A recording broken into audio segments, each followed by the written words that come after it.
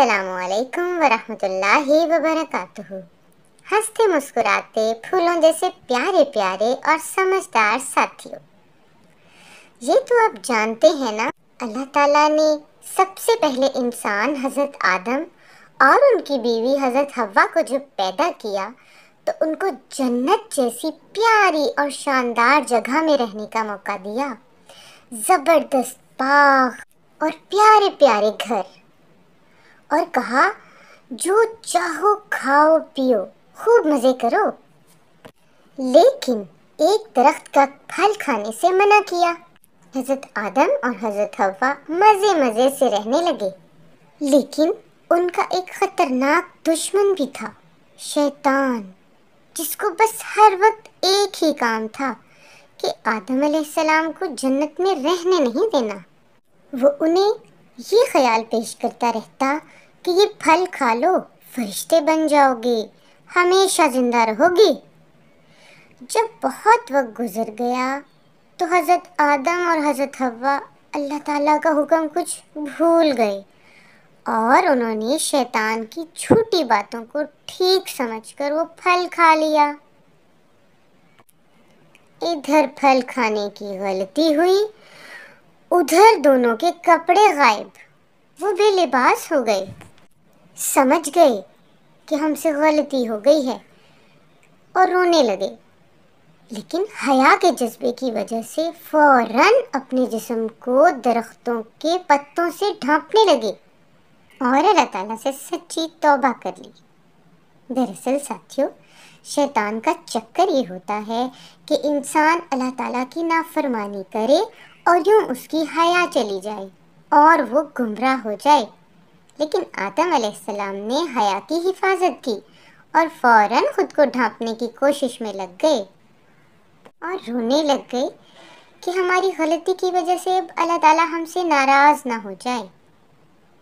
प्यारे साथियों, हमारे प्यारे नबी सल्लल्लाहु अलैहि वसल्लम ने भी तो ये बताया है कि हया और ईमान तो जुड़वां हैं, एक जाए तो दूसरा भी चला जाता है। और जनाब, ईमान होगा तो ही जन्नत मिलेगी ना। यूं लगता है जैसे हया तो रेड लाइट यानी सुर्ख बत्ती है कि गलत काम में आगे बढ़ने से रोक देती है।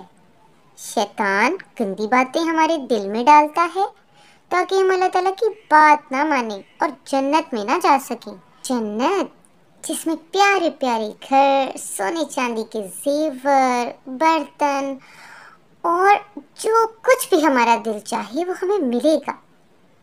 प्यारे दोस्तों, हमारे प्यारे नबी की हया के बारे में उनके साथी यानी सहाबा कराम कहते थे कि आप बहुत ज़्यादा हयादार थे, किसी शर्मीली लड़की की तरह। जब आपको कुछ बुरा लगता तो बेबाकी से मुंह से न कहते बल्कि चेहरे से अंदाज़ा होता कि आपको नागवार लगा है। और हमारे प्यारे नबी सल्लल्लाहु अलैहि वसल्लम के एक बहुत अच्छे साथी हज़रत उस्मान रज़ी अल्लाह ताला अन्हु के बारे में जानते हैं कि वो कितनी हया वाले थे। हज़रत आयशा रज़ी अल्लाह ताला अन्हा ने बताया कि नबी सल्लल्लाहु अलैहि वसल्लम एक दफ़ा मेरे घर में लेटे हुए थे। पिंडली यानी टांग का घुटने से नीचे वाला हिस्सा, उस पर से कपड़ा हटा हुआ था, जो कि सतर में शामिल भी नहीं। सतर यानी जिस्म का वो हिस्सा जिसको ढांपना हर सूरत लाजिम है। नबी सल्लल्लाहु अलैहि वसल्लम आराम फरमा रहे थे कि हज़रत अबू बकर रज़ी अल्लाह ताला अन्हु ने बाहर से अंदर आने की इजाज़त मांगी तो आपने आने दिया। वो कुछ बातें करके चले गए।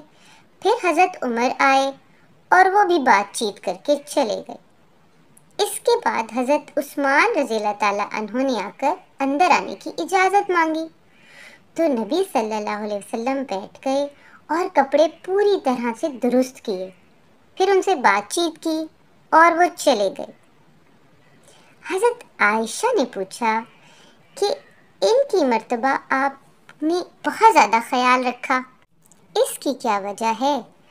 तो नबी सल्लल्लाहु अलैहि वसल्लम ने जवाब दिया, क्या मैं उस शख्स से हया ना करूं जिससे फरिश्ते भी हया करते हैं? यानी ऐसा इसलिए किया कि हज़रत उस्मान रज़ी अल्लाह ताला अन्हु خود بہت زیادہ حیادار ہیں۔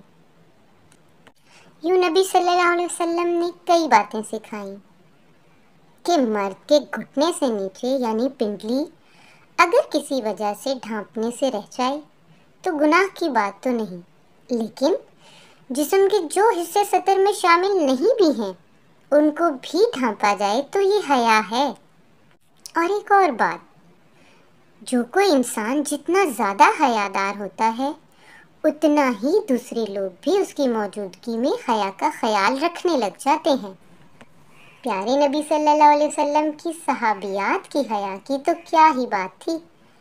ایک مرتبہ حضرت ام خلاد رضی اللہ تعالی عنہا کے بیٹے کسی جگہ نبی صلی اللہ علیہ وسلم کے ساتھ گئے اور شہید ہو گئے، تو نبی صلی اللہ علیہ وسلم سے وہ اس بارے میں معلوم کرنے آئی۔ نبی صلی اللہ علیہ وسلم نے انہیں بتایا کہ تمہارا بیٹا شہید ہو گیا ہے۔ تو نبی پاک صلی اللہ علیہ وسلم کے ایک صحابی نے دیکھا کہ یہ مکمل پردے میں ہے، فرمایا کہ دیکھو اتنی بڑی خبر کہ جوان بیٹا فوت ہو گیا، لیکن یہ خبر سن کر بھی یہ عورت مکمل پردے کا خیال رکھ رہی ہے۔ تو حضرت ام خلاد بولی، میں نے بیٹا کھویا ہے، حیا نہیں کھوئی۔ ساتھیو، حیا تو جتنی بھی ہو اتنی ہی اچھی ہے، کیونکہ اس کی وجہ سے ہم غلط کام سے جھجکتے ہیں اور رک جاتے ہیں، لیکن سیکھنے سکھانے میں جھجک کے بارے میں ذرا ایک واقعے سے سمجھتے ہیں۔ ایک مرتبہ حضرت عبداللہ بن عمر رضی اللہ تعالیٰ عنہ اور کچھ اور صحابہ کرام نبی صلی اللہ علیہ وسلم کے پاس تھے، تو نبی صلی اللہ علیہ وسلم نے فرمایا، درختوں میں ایک درخت ایسا ہے جس کے پتے نہیں جھڑتے اور وہ مسلمان کی طرح ہے، مجھے بتاؤ وہ کون سا درخت ہے؟ تو لوگوں کے خیالات جنگل کے درختوں کی طرف چلے گئے، لیکن حضرت عبداللہ بن عمر کہنے لگے کہ میرے دل میں خیال آیا کہ وہ کھجور کا درخت ہے، لیکن مجھے یہ بتانے میں حیا آئی۔ تو پھر صحابہ کرام نے پوچھا کہ پیارے رسول صلی اللہ علیہ وسلم آپ ہی بتائیے وہ کون سا درخت ہے؟ نبی صلی اللہ علیہ وسلم نے فرمایا کھجور کا۔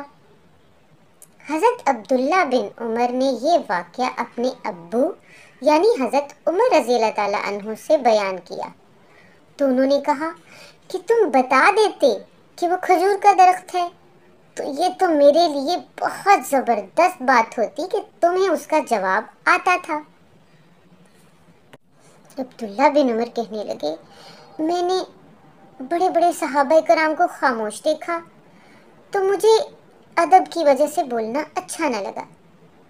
تو حضرت عمر رضی اللہ تعالیٰ عنہ نے دراصل انہیں یہی سمجھایا کہ سیکھنے سکھانے کی مجلس میں یا بات کا درست جواب دینے میں حیا نہیں کرنی چاہیے، ورنہ انسان علم سے محروم رہ جاتا ہے۔ کیونکہ ساتھیو، حیا تو وہی اچھی ہے جو ہمیں غلط کام سے روکے، ہے نا؟